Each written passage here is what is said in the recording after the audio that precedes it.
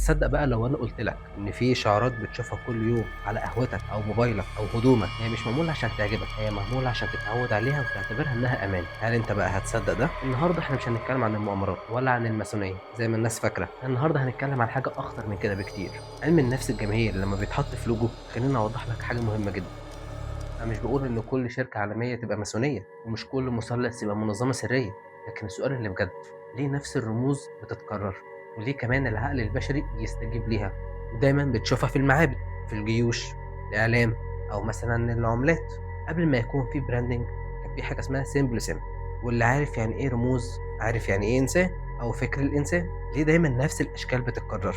بالذات المثلث، لان معنى المثلث في البراندنج ثبات. عشان كده دايما السلطة بتحبه، مش عشان خاطر سري وكده، لأنه بيشتغل على العقل مباشرة. لكن الدايرة هي معناها إنها أمان وأبدية. العقل لما بيشوف الدايرة مش بيحس بأي خطر أو تهديد، هو بيحس إنه دايما بينتمي ليها. طب والعين بقى معناها إيه؟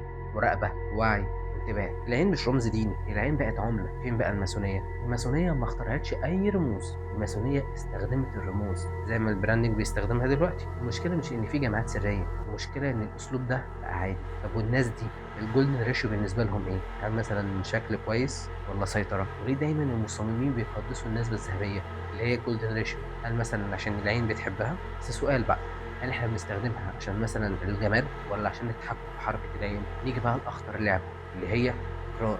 لو شفت أي سيمبلز عادية شفتها مثلا 100 مرة في اليوم، عقلك مش هيحلله، هو هيقبله عادي جدا. فالماريتي بيز يعني اللي انت شفته خلاص عقلك بقى متعود عليه، يعني امان. وطبعا بالبراندنج عرفوا ان هم يوظفوها في الشارع او في السوشيال ميديا او في اللبس واللوجوهات كمان. ومن كده بقى يا صديقي، انا مش بقول لك ان انت تخاف من اللوجوهات ولا تكون ضد كل لوجو تشوفه. انا بقول لك حاجه واحده بس، اعرف انت بتشوف ايه وليه اتصمم كده.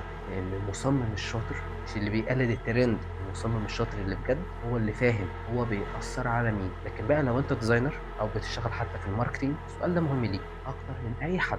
هل انت ديزاينر ولا بتبرمج العقول؟